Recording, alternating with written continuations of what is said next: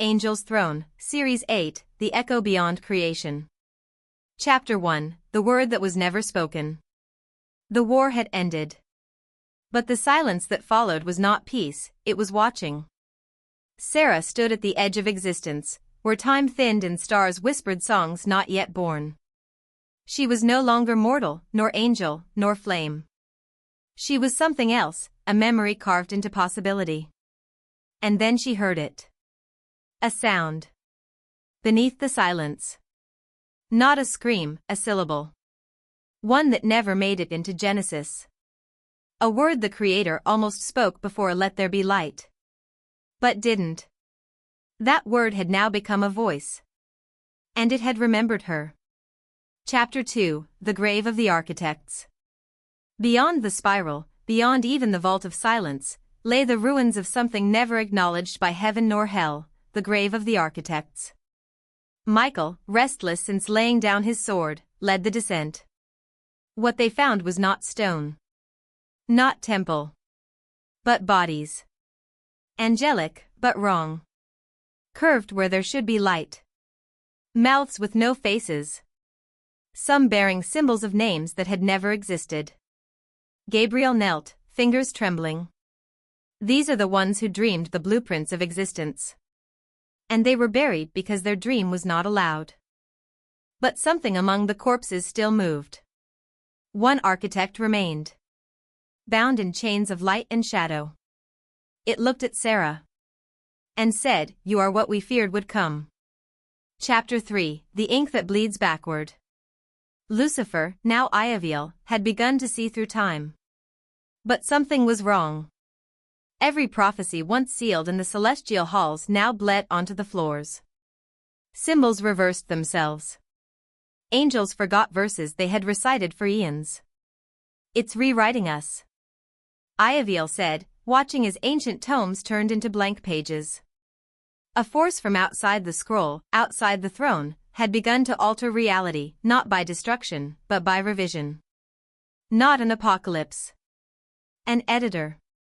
Sara was the only one who remembered what had been written before. And she alone saw the face behind the revisions, a child made of ink, whose eyes were infinite white. It smiled. "I'm what comes after the story ends." Chapter 4, The Seraph of Dust. In a forgotten corridor of the throne's echo, Michael encountered a being with wings made not of feathers, but ashes, wings that once burned bright, now crumbling with each beat.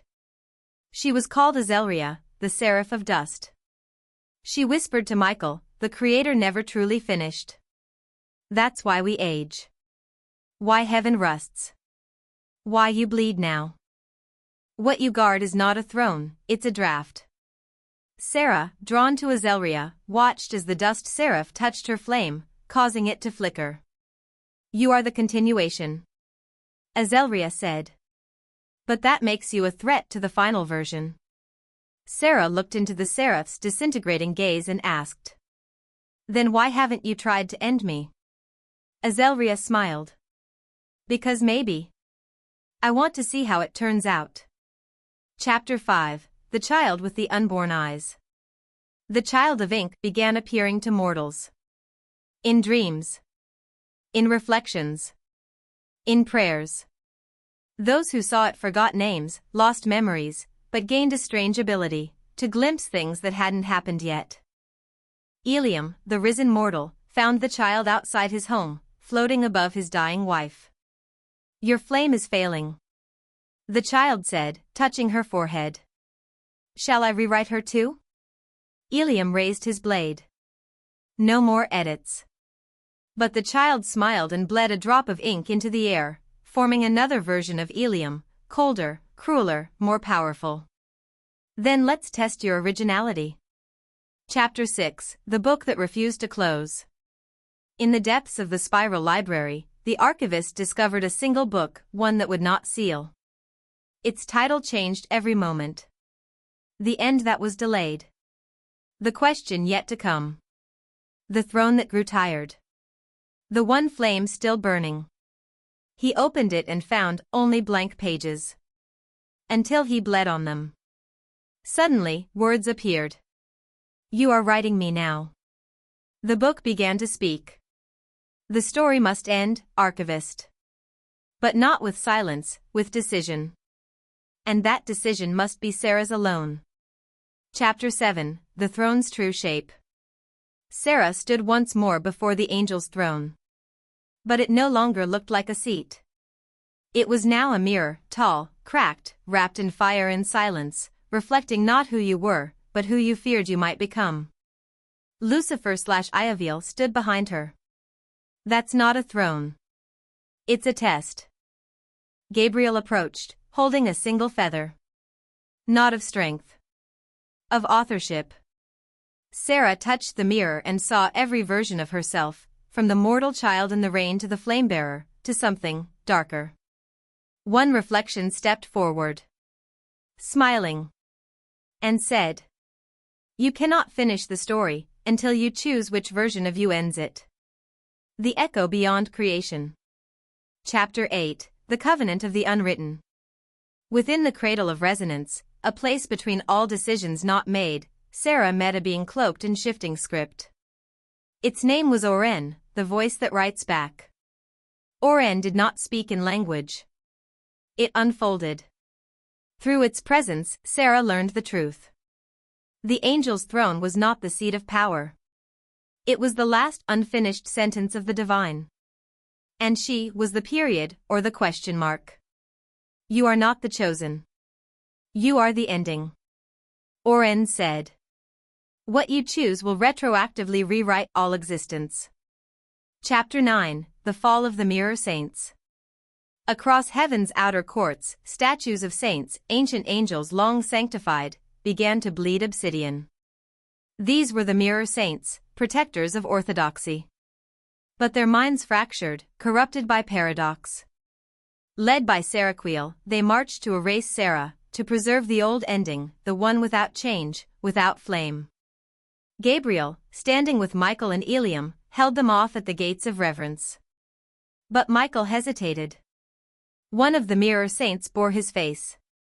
We were the guardians of divine conclusion. Saraquiel whispered. Now, we guard the deletion of deviation.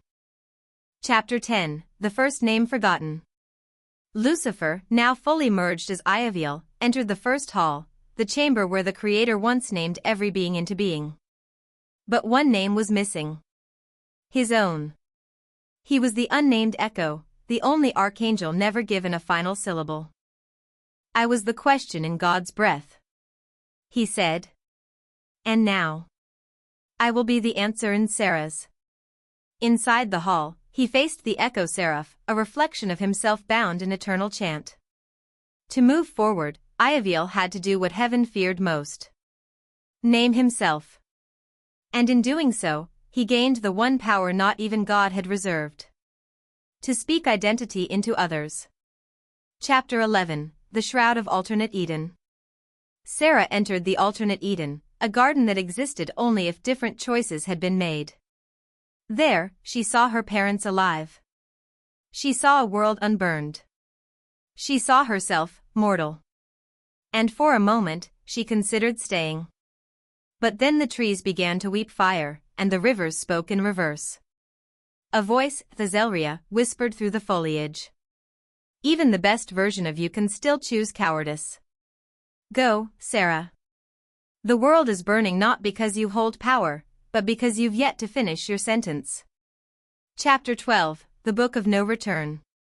In the Spiral Library, the book that refused to close had begun to write ahead of time. Each page now prophesied events that had not yet happened, and some that could never happen.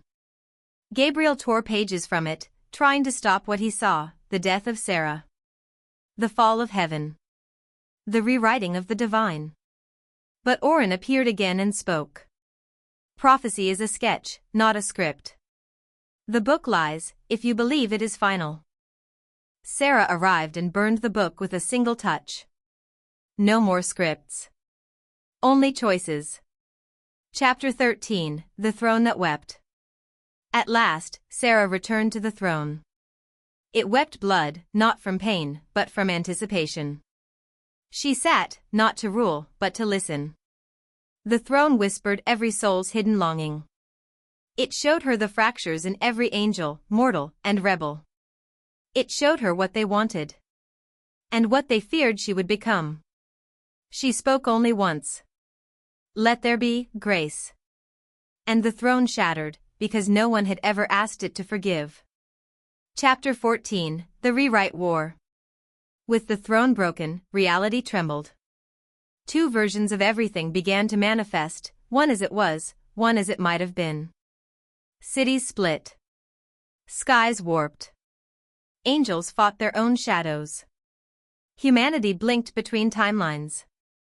Michael faced a version of himself that had betrayed Sara.